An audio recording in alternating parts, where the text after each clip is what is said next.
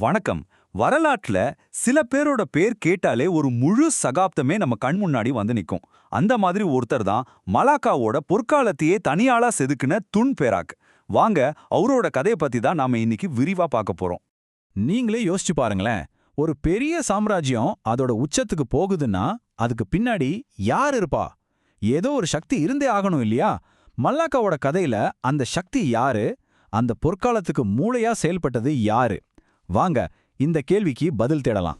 வாங்க, துன் பெராக்கோட கதைக்குள்ள போலாம். ஆனா ஒண்ணு, அவரை சும்மா ஒரு தலைமை அமைச்சர்னு மட்டும் நினைச்சாதீங்க. அதுக்கும் மேல அவர் ஒரு முழு சகாப்தத்தையே செதுக்குன ஒரு சிற்பி. ஆமாங்க, மலாக்காவோட வரலாற்றை எடுத்து பாத்தீங்கன்னா தலைசிறந்த தலைவர் யாருன்னு கேட்டா எல்லாரும் சொல்ற ஒரு பேர் துன் பெராக் தான். அவரோட கதை தான் இது. போர்க்களமா இருக்கட்டும், இல்ல அரசியல் சதுரங்கமா இருக்கட்டும், எல்லாத்துலயும் அவரோட அந்த கூர்மையான புத்தியும் அந்த ராஜதந்திரமும் எப்படி ஒரு சின்ன அரசாங்கத்தை ஒரு பெரிய பேரரசா மாத்துச்சு, அதை பத்தி தான் இப்ப பார்க்க போறோம். சரி, துன் பெராக்கோட அரசியல் வாழ்க்கையில ஒரு ரொம்ப ஆச்சரியமான, சொல்லப்போனா நம்பவே முடியாத ஒரு விஷயம் இருக்கு. அது என்ன தெரியுமா? தலைமுறை தலைமுறையா அவர் மேல வச்சிருந்த அந்த அசைக்க முடியாத நம்பிக்கை தான் அது. கொஞ்சம் யோசிச்சு பாருங்க. ஒரு சுல்தான் கிட்ட இல்ல, 2 பேர் கிட்ட இல்ல, அட 1 2 இல்ல 4. ஆமா, அடுத்தடுத்து வந்த 4 சுல்தான்களுக்கு கீழையும் நம்பிக்கைக்குரிய தலைமை அமைச்சரா இருந்திருக்காரு. இன்னைக்கு அரசியல் உலகத்துல இதெல்லாம் நினைச்சு பார்க்க முடியுமா? எவ்வளவு பெரிய சாதனை இது!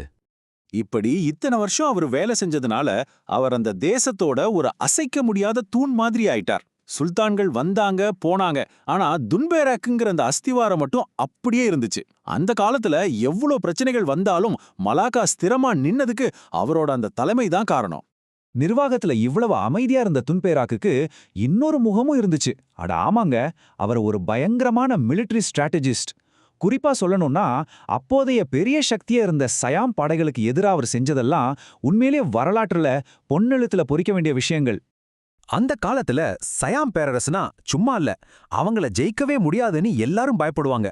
அவங்க தொடர்ந்து மலாக்கா மேல படையெடுத்துக்கிட்டே இருந்தாங்க. இது மலாக்கா இருக்குமா இல்லையான்ற நிலைமைக்கே கொண்டு போச்சு. இப்படி ஒரு பெரிய எதிரிய துன் பெராக் எப்படி சமாளிச்சாருன்னு நினைக்கிறீங்க? இங்கதான் அசலான ட்விஸ்டே இருக்கு. துன்பேராக் வெறும் ஆள் பலத்தையோ ஆயுத பலத்தையோ நம்பல.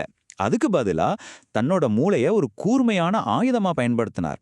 அவரோட தந்திரங்களும் அந்த சமயோசித புத்தியும் தான் எதிரிகளை திக்குமுக்காட வச்சது. அதுதான் அவரோட வெற்றியோட சீக்ரெட். சரி, போர்க்களத்துல ஜெயிச்சு நாட்டை காப்பாத்துறது ஒரு பக்கம். ஆனா துன்பேராக்குக்கு நல்லா தெரியும், ஒரு நாட்டோட உண்மையான பலம் அதோட பொருளாதாரத்துல தான் இருக்குன்னு. அதனால அவரோட மொத்த கவனமும் மலாக்காவோ ஒரு மிகப்பெரிய வர்த்தக மையமா மாத்துறதுல தான் இருந்துச்சு. மலாக்காவோட எல்லைய பெருசு பண்ணதே ஒரு பெரிய சாதனை தான். ஆனா அதை விட பெரிய சாதனை என்ன தெரியுமா? அதை ஒரு இன்டர்நேஷனல் ட்ரேட் ஹப்பா மாத்தினது தான். உண்மையா சொல்லணும்னா அவரோட அந்த விஷன் பல 100 வருஷங்களுக்கு முன்னாடியே யோசிச்ச மாதிரி இருந்துச்சு.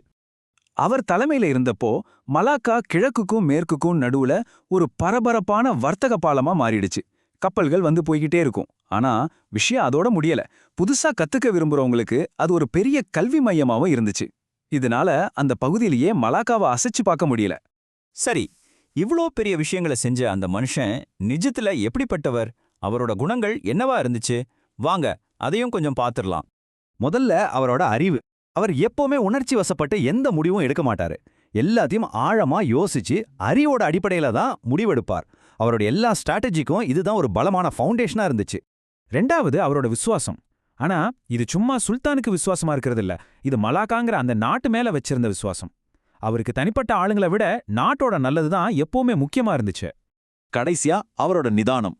ஒரு பெரிய புயல் நடுவுல அசையாம நிக்கிற மலை மாதிரி எவ்வளோ பெரிய சிக்கல் வந்தாலும் சரி, ரொம்ப அமைதியா இருந்து சரியான முடிவை எடுப்பார். சொல்லுங்க, ஒரு தலைவருக்கு இதை விட வேற என்ன குணம் முக்கியமா வேணும்?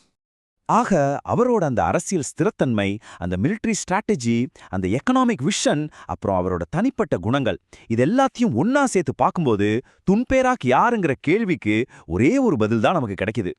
அவர் மலாக்காவின் பொற்காலத்தை உருவாக்கிய ஒரு மாபெரும் தந்திரசாலி. இந்த ஒரு வரி போதும் அவரோட முழு பங்களிப்பையும் இது விளக்கிடுது. அவர் வெறும் ஒரு லீடர் மட்டும் கிடையாது, அவர் ஒரு முழு சகாப்தத்தையே செதுக்குன சிற்பி. கடைசியா ஒரே ஒரு கேள்வியோட நான் முடிச்சுக்கிறேன்.